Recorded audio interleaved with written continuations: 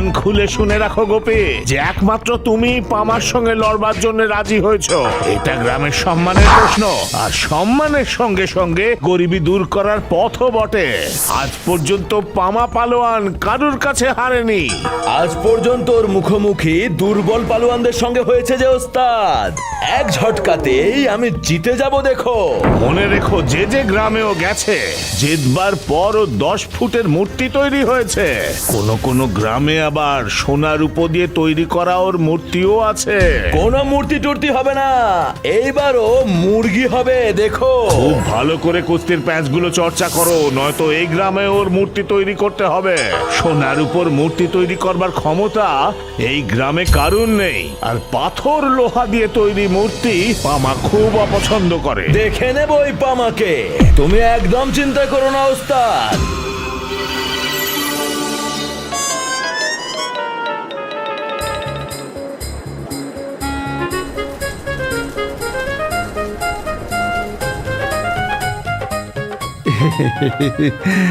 গোপী ভাই কেমন আছো? কতগুলো গোলাপ জামুন দেবো? এখনের জন্য 30-35টা দিয়ে দাও, পরে আবার ডেকে নেবো আমি।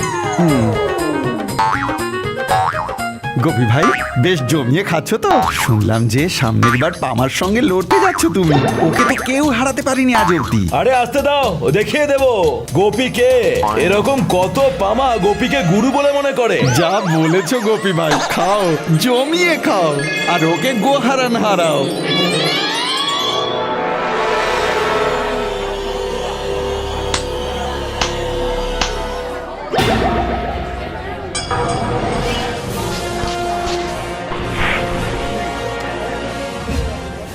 পতিরাম, কুস্তির পরের শর্তগুলো জানিস তো? জিতে গেলে ওর মূর্তি তৈরি হবে আমাদের গ্রামে। আর যদি আমার পালোয়ান জেতে, তাহলে সমস্ত গ্রামবাসীর জন্য পাকা বাড়ি আর 5000 করে টাকা দেব, মনে রেখো। আরে আগে তো জিতে দেখাক পতিরাম।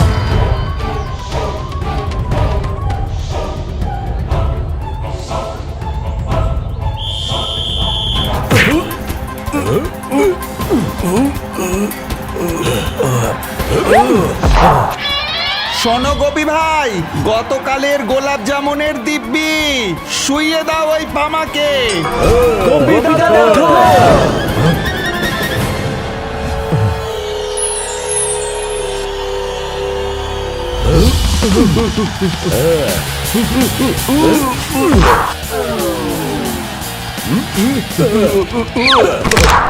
হয়ে গেল গায়ের ভালো করা, এবার কি হবে? পতিরাম, এবার পামার মূর্তি তৈরির ব্যবস্থা কর। মনে আছে তো, না কোনো পাথর না লোহা, না হলে গোটা গ্রামকে দেব ঝটকা। এটা কি হলো পতিরাম বাবু? এই গোপীর জন্য পুরো গ্রামের নাক কাটা গেল একেবারে। এবার তাহলে ওর মূর্তি কি করে বানাবে? পুরো আমার কাছে একটা উপায় আছে। কাল আমরা পামার মোমের মূর্তি গড়ব। কালকেই সবাই গ্রামের ময়দানে সেটা তৈরি করতে শুরু করো।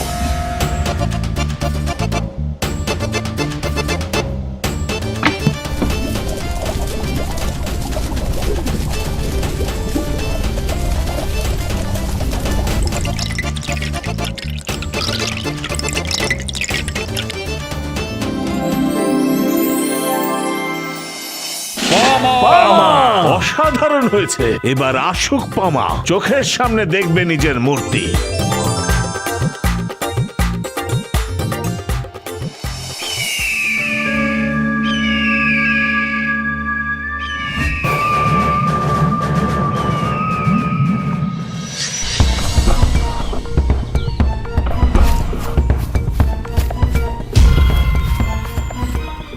এ আবার কি ধরনের ইয়ার্কি পতিরাম? মনে হচ্ছে তুই ভুলে গেছিস পামা রেগে গেলে কি করতে পারে। একটু ভুল হয়ে গেছে বলবন্ত, মূর্তি তো তৈরি হয়েছিল, মনে হচ্ছে কেউ রাগ করে ভেঙে দিয়েছে। হ্যাঁ ঠিক আছে, আবার তৈরি কর, পরের বার যেন এমনটা না হয়। এখন কি হবে পতিরাম বাবু? মন তো সূর্যের তাপে একদম গলে গেল, কিন্তু এবারে মিষ্টি দিয়ে মূর্তি হবে, সোনালি তবক দিয়ে মুড়ে।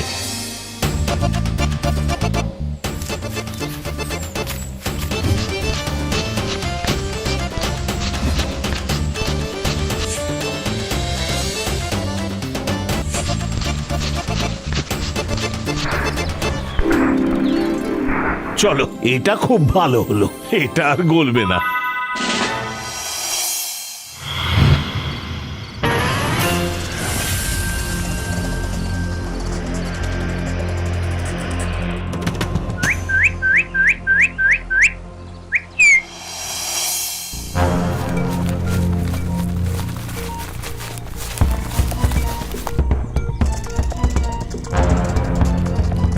আরে এটা আবার কি রে পতিরাম? পিঁপড়ের ঢিপি, মূর্তিটা কোথায়? মূর্তি তো এখানেই ছিল, এখন দেখছি পিঁপড়া ঠিক ঠিক করছে। আমার তো মনে হচ্ছে তোর ইচ্ছেই নেই মূর্তি বানানো। ব্যাপারটা সেরকম নয় বলবন্ত, আর একটা সুযোগ আমাদের দাও। এইবারে যেন কোনো ভুল না হয়, বুঝলে?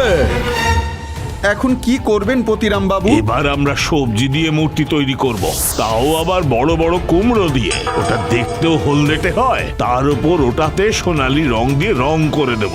এবার যেন কোনোভাবে গন্ডগোল না হয়।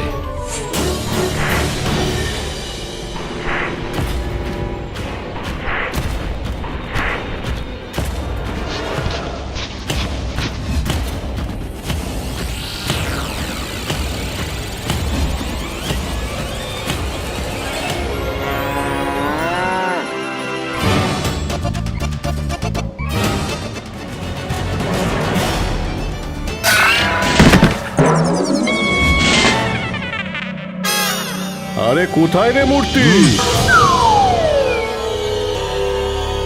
আরে এই তো তোমাদের সামনে।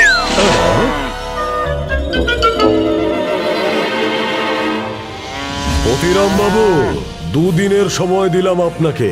যদি তার মধ্যে মূর্তি তৈরি না হয় তাহলে কুস্তির জন্য তৈরি থাকবেন, বুঝেছেন? আর এবার তৈরি করতে হবে পামার সোনার মূর্তি, সঙ্গে লাল হিরে দেওয়া ল্যাঙ্গট। এ সব কিছু ওই গোপীর জন্য হয়েছে। নিজেকে খুব বড় কুস্তিগির মনে করে ও। এই গোপীর জায়গায় যদি অন্য কেউ কুস্তি করতো আমাদের গ্রামের হয়ে, তাহলে আমরা সবাই এত অপমানিত হতাম না। 2 মিনিটও টিকতে পারলো না পামার সামনে। পামা ওকে কাপড় কাচার মতো আছাড় মারলো। নিজেদের মধ্যে লড়াই করে লাভ নেই। এবার যদি পামার মূর্তি না হয় তাহলে ও আর ছেড়ে দেবে না। কিন্তু সোনার মূর্তি কি করে তৈরি করা হবে? তাও আবার লাল হিরে বসানো ল্যাঙ্গট। গ্রামের সবাই বিপদে পড়েছে, সবাইকে মিলে এর সমাধান করতে হবে। পুরো গ্রাম আজকে এই সমস্যার সমাধান করবে পতিরাম বাবু। আমরা সবাই মিলে এর সমাধান করব। তোমাদের বাড়িতে নিজেদের যা যা সোনার উপর গয়না আছে সব একত্রিত করো, দেখা যাক এবার কি হয়।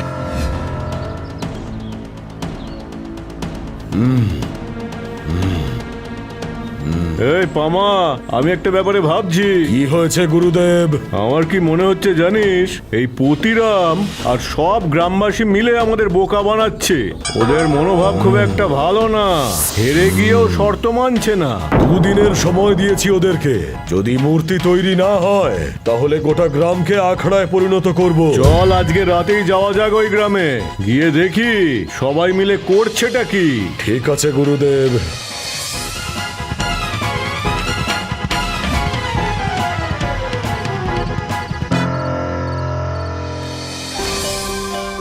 কি দরকার ছিল এত বড় শর্ত লাগানোর? মঙ্গলসূত্রও চাইছে। মঙ্গলসূত্র আবার গড়িয়ে নেওয়া যাবে, কিন্তু গ্রামের সম্মানের কথা ভাবো। পুরো গ্রামবাসী নিজেদের সবকিছু দিচ্ছে, তাতেও জানি না অত বড় মূর্তি তৈরি করা আদৌ যাবে কিনা।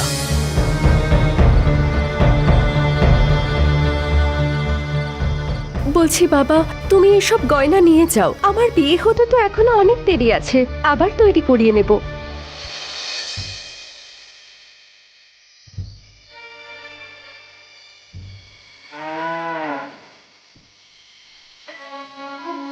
শোন বাবা, বলদ তো আবার কেনা যাবে, কিন্তু সম্মান গেলে আর ফিরে আসবে না। বলদগুলোকে বিক্রি করে যা টাকা পাওয়া যাবে সেই টাকা মূর্তি গড়ার কাজে লাগা, কেমন? এটা অন্যায় হচ্ছে গুরুদেব। আমরা মানুষের সঞ্চয় ছিনিয়ে নিয়ে নিজেদের শ্রেষ্ঠ প্রমাণ করতে পারবো না। কাল সকালে সবার সঙ্গে দেখা করব, সব গ্রামবাসীদের সঙ্গে। ঠিক বলেছিস মামা, এসব করলে আমরা নিজেদের চোখেই ছোট হয়ে যাব। কি হলো পুতিরাম বাবু? 2 দিনের সময় তো ওরা দিয়েছিল, তাহলে বলবন্ত আর পামা আমাদের কেন সকাল সকাল ডাকলো? আমারও তো সেই নিয়ে ভয় করছে, জানি না এবার দুজনের আবার কি চাহিদা হবে।